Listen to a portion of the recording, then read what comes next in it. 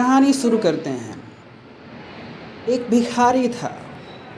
Rail के सफ़र में भीख मांगने के दौरान एक सूट बूट पहने सेठ जी उसे दिखे। उसने सोचा कि यह व्यक्ति बहुत अमीर लगता है, ये भीख मांगने पर यह मुझे ज़रूर अच्छे से पैसे देगा। वह उस सेठ से भीख मांगने लगा। भिखारी को देखकर उस सेठ ने कहा, तुम हमेशा मांगते ही रहते हो, क्या कभी किसी को कुछ देते भी हो?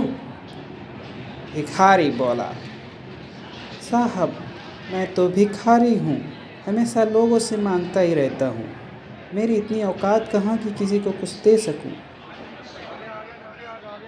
सेठ, जब किसी को कुछ नहीं दे सकते तो तुम्हें मांगने का भी कोई हक नहीं है। मैं एक व्यापारी हूँ और लेन देन में ही विश्वास करता हूँ। अगर तुम्हारे पास मुझे कुछ देने के लिए हो तभी तुम्हें बदले में कुछ दे सकता हूँ। तभी वहाँ स्टेशन आ गया जहाँ पर उस सेठ को उतरना था। वह ट्रेन से उतरा और चला गया। इधर भिखारी सेठ की कही बात के बारे में सोचने लगा। सेठ के द्वारा कही गई बात उस भिखारी के दिल में उतर गई। वह सोचने लगा कि शायद मुझे भीख मांगने में अधिक पैसा इसलिए नहीं मिलता है क्योंकि मैं उसके बदले किसी को कुछ नहीं दे पाता हूँ। लेकिन मैं तो भिखारी हूँ, किसी को कुछ देने लायक भी तो नहीं हूँ। लेकिन कब तक मैं लोगों को बिना दिए केवल मांगता ही रहूँगा। बहुत सोचने के बाद भिखारी ने निर्णय लिया कि जो भी व्यक्ति उसे भीख देगा तो बदले में वह भी व्यक्ति उस व्यक्ति को कुछ जरूर देगा। लेकिन उसके दिमाग में यह प्रश्न चल रहा था कि वह खुद भिखारी है तो भीख के बदले दूसरों को क्या दे सकता है। इस बात को सोचते हुए दिन भर गुजरा, लेकिन उसे अपने प्रश्न का कोई उत्तर नहीं मिला। दूसरे दिन जब वह स्टेशन के पास बैठा हुआ था तभी उसकी नज़र कुछ फूलों पर पड़ी जो स्टेशन के आसपास के पौधों पर खिल रहे थे। उसने सोचा, क्यों ना मैं लोगों को भीख के बदले कुछ फूल दे दिया करूं। उसको अपना यह विचार अच्छा लगा और उसने वहां कुछ फूल तोड़ लिए। वह ट्रेन में भीख मांगने पहुंचा। जब भी कोई उसे भीख देता तो बदले में वह भीख देने वाले को कुछ फूल दे देता। उन फूलों को लोग खुश होकर अपने पास रख लेते थे। अब भिखारी रोज़ फूल तोड़ता और भीख के बदले उन फूलों को लोगों में बांट देता था। कुछ ही दिनों में उसने महसूस किया कि अब उसे बहुत अधिक लोग भीख देने लगे हैं।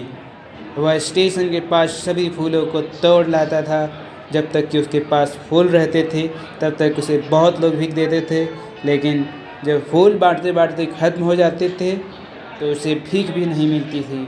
अब रोज़ ऐसा ही चलता रहा। एक दिन जब वह भीख मांग रहा था तो उसने देखा कि वही सेठ ट्रेन में बैठे हैं, जिसकी वजह से उसे भीख के बदले फूल देने की प्रेरणा मिली थी। वह तुरंत उस व्यक्ति के पास पहुंचा और भीख मांगते हुए बोला, आज मेरे पास आपको देने के लिए कुछ फूल हैं, आप मुझे भीख दीजिए, बदले में मैं आपको फूल दूंगा। सेठ ने उसे भीख के रूप में कुछ पैसे दिए और भिखारी ने कुछ फूल उसे दे दिए। उस सेठ को यह बात बहुत पसंद आई। सेठ ने कहा, वाह क्या बात है, आज तुम मेरी तरह एक व्यापारी बन गए हो। इतना कहकर फूल लेकर वह सेठ स्टेशन से उतर गया। लेकिन उस सेठ द्वारा कही गई बात एक बार फिर से उस भिखारी के दिल में उतर गई। वह बार बार सेठ के द्वारा कही गई बात के बारे में सोचने लगा और वह बहुत खुश होने लगा। उसकी आंखें अब चमकने लगी। उसे लगने लगा कि अब उसके हाथ सफलता की वह चाबी लग गई है जिसके द्वारा वह अपने जीवन को बदल सकता था। वह तुरंत ही उस ट्रेन से उतरा और उत्साहित होकर तेज आवाज़ में ऊपर आसमान की ओर देखकर बोला, मैं भिखारी नहीं हूँ, मैं एक व्यापारी हूँ। मैं भी उस सेठ जैसा बन सकता हूँ, मैं भी अमीर बन सकता हूँ।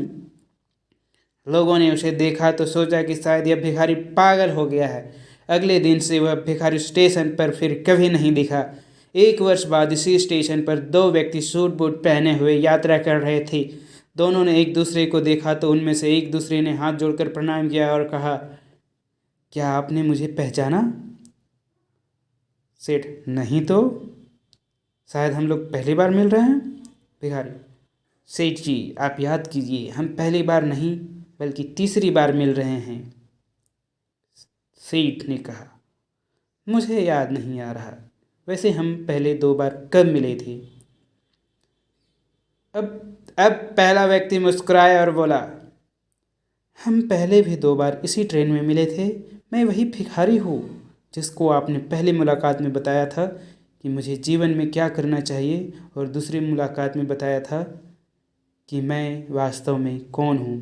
नतीजा यह निकला कि आज मैं फूलों का एक बहुत बड़ा व्यापारी हूँ और इस व्यापार के काम से दूसरे शहर जा रहा हूँ।